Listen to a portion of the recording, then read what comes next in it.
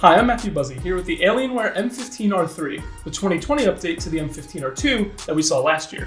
It's mostly the same exterior. Design-wise, you're getting the same sort of sci-fi look with the text and the ringed LED in the back, as well as the white sort of standout finish and the RGB keyboard, which I do like a lot. I think it's unique in a field of laptops that look really similar. This one kind of stands out. Given that it's the same on the outside, it's more about the component refreshes and the feature updates that have gone into this year's model.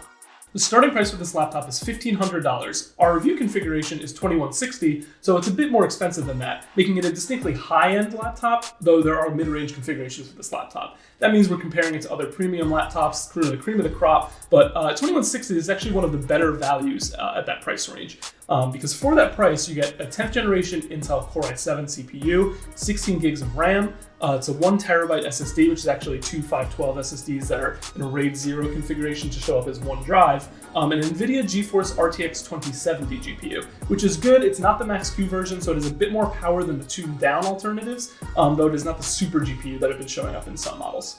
Additionally, this display, which is a full HD resolution, is 300 Hz. So that's a super high refresh rate. For those playing AAA games, that probably won't come into effect that much. If you're big budget single player titles, those games are not going to run at full settings at 300 frames per second. But for those people who are into competitive multiplayer titles, those are the sorts of games where not only are higher frames possible because they're less visually demanding games, but those frame rates can actually benefit you. If you see, slightly higher refresh rates than the people you're playing against, you might see the action just that much sooner, which can give you an edge. So that's sort of who this is for, esports hounds and people who really are into competitive gaming. Not all games are going to push up to 300 frames per second, of course, but we tested games like Rainbow Six Siege, and that got into the 200s, close to 300, so you can definitely push that if you set sort of lower settings, which is a common practice for playing multiplayer games because it allows you to pump those higher frame rates to give you that edge.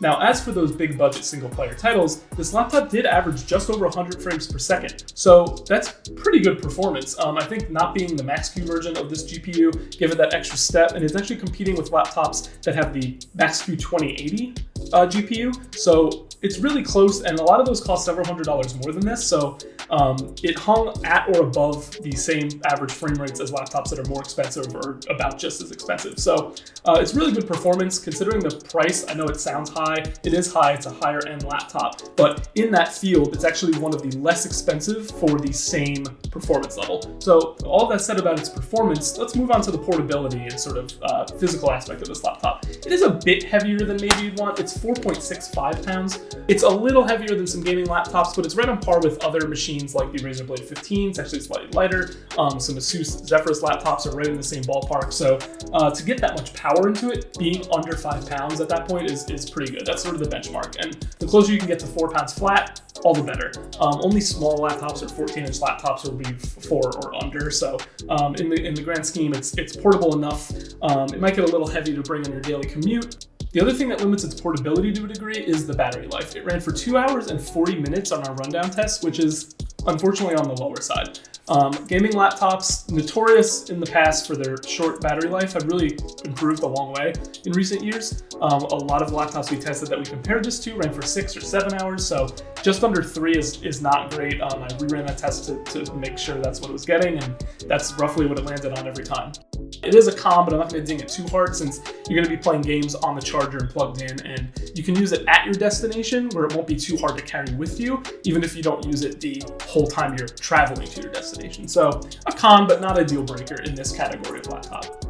Rounding out the physical build on this laptop are the ports. There are 3 standard USB-A ports, a microSD card slot, a USB-C port with Thunderbolt 3, there's an Ethernet jack, which is a nice inclusion at this size, an HDMI connection, mini display port, and there's also a proprietary connection for Alienware's external graphics amplifier, which obviously sold separately. If you want to put a GPU in that enclosure and connect it to power this, you can do that. For a laptop this powerful, you're not going to get that much better performance over an external disclosure, so probably wouldn't go that route with this laptop, but the option is there if you already own that eGPU.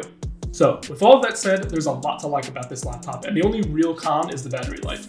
I like the design. I think it's standout. It may not be to everyone's liking, but it is fun to me. It's not the garish red and black design of old that scream gaming laptop, but it kind of lets you know it's a gaming laptop. It's fun, it's white, it's got some styling, it's different, but I don't think it's ugly, and I think that's all about execution. The Asus ROG Zephyrus S GX502 has been our editor's choice for the sort of $2,000 to $2,900 laptop range for the past year or so, and this takes the crown off it. This is our new top pick in this price tier. It offers similar performance to that laptop, if not better in most cases, for slightly less money. It adds a 300 hertz display. I do like the design more myself, so it's hard to argue with that sort of offering. You could maybe like the Razer Blade 15's all-metal build more, but you do have to pay up for it. So this is the best combination of power, performance, price in this category, and for that it earns our editor's choice and a 4.5 star rating.